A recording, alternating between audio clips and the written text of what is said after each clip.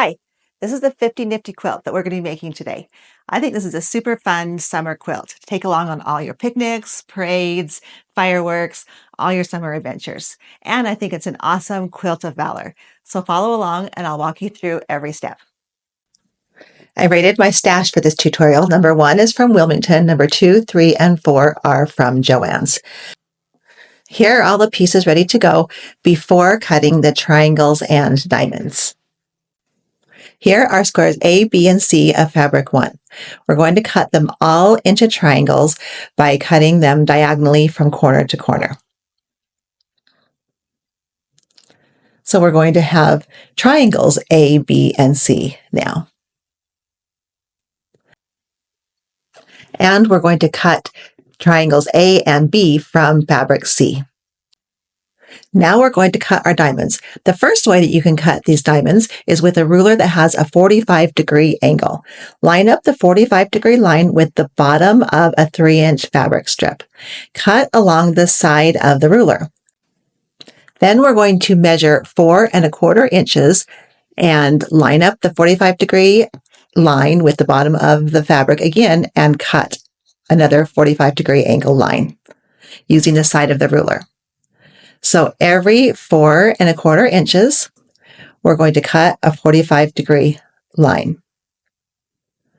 This will give us a diamond that measures 4 1/4 inches on each of the 4 sides. And it'll be 3 inches across. Then once they're cut, you can cut a little bit off of each tip just to reduce bulk in sewing. The other method is using a template that you can buy on my website at shadowvalleyquilts.com. This is essentially the same method. You're just going to use the template instead of measuring the 4 1/4 inches and instead of using a 45-degree line on your ruler. So you're just going to use the template to measure the diamonds, to cut the diamonds, and then again, you're going to cut off the tip. So whichever method you use, it will work out the same. We're going to cut the diamonds out of fabrics 1, 2, and 3. And then we're ready to start sewing. We use a diamond and start with our triangle A. We're going to sew the long side of triangle A to one side of the diamond. Each star block uses 2 colors of diamonds. We'll work with 1 color at a time. I'm going to press those seams flat the way they are to set the seam and then press the seam allowance open.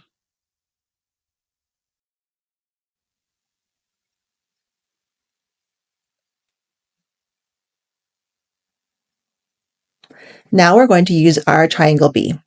We're going to line up the triangle, and we're lining the straight edges up. The tip of the triangle will overlap a little bit whenever we sew these triangles on. We're going to sew a triangle B on, and this is going to form a triangle shape. And we're going to press them flat and then press the seam allowance open. Now we're going to move to our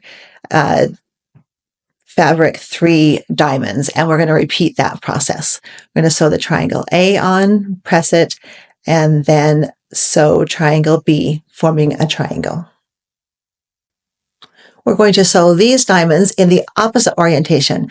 So we're sewing the triangle onto the other side of the diamond.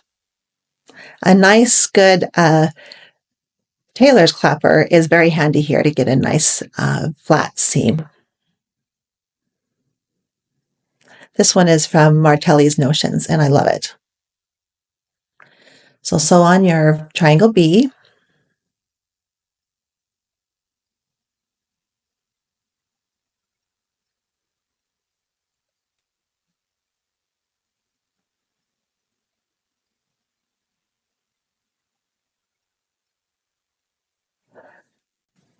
Now we're going to take one of these new triangles of each color, and we're going to sew them together along their long sides. We're going to take care and pin them together where those seams are to match up the seams carefully. so the points of the star will match. This makes a square, and we're going to trim this square to 6.5 inches, making sure to leave a 1/4 inch between the tips of the stars and the edge of the block. Now we're going to take these blocks and we're going to sew 2 of them together, again pinning carefully where the seams match.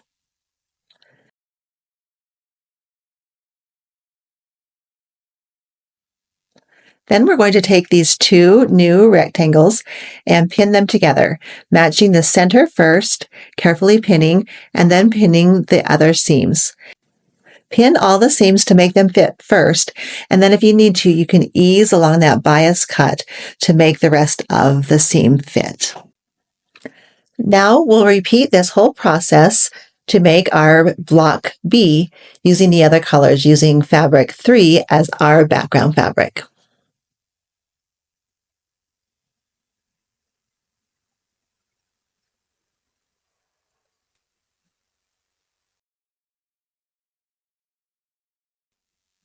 We're going to need 8 block A's and 7 block B's.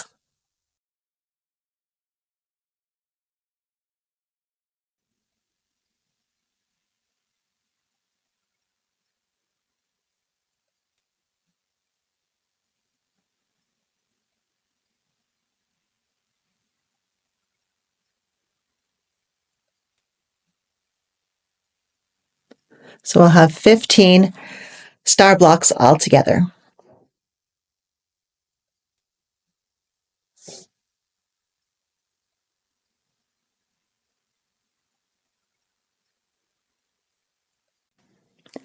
After you've made your blocks, check the backs to make sure that you don't have any dark colored tags that will show through your light colored diamonds, depending on the fabrics that you've used. Now on to the stripes. We're going to use 3 red stripes and 2 white stripes for each strip set. Trim these 5 strips to the exact same length. Then we're going to pin the first 2 strips to each other and sew them together. By cutting the strips to the same length and pinning them together, you're going to avoid any shifting or stretching that could lead to a curved or kind of wonky looking strip set. It'll be nice and straight.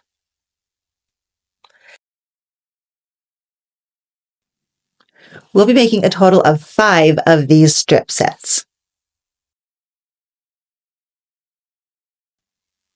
After we sew all 5 strips together and press the seam allowances open, we'll be ready to cut our triangles. We're going to line up our triangles C right sides together on the strip set. We're going to put 3 triangles on each strip set with the long edges lined up with the edge of the set. I'm going to carefully line a ruler with the edge of the triangle and cut along that edge. So cut right along the edge of triangle C, making an identical striped triangle shape.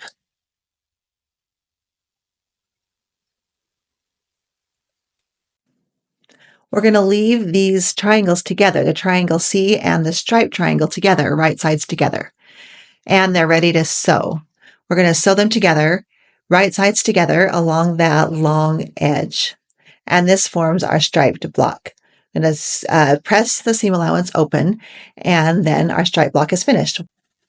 Now we have 15 stripe blocks and 15 star blocks. We're going to lay them out as shown in the pattern.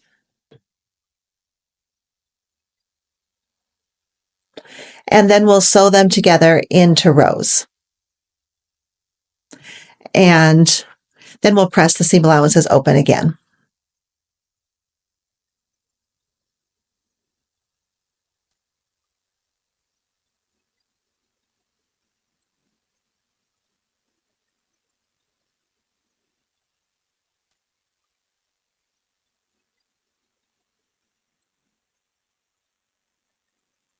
Once the rows are sewn together and the seam allowances are pressed open, we can sew the rows to each other. I like to carefully pin where the seams are. And here's our finished quilt top.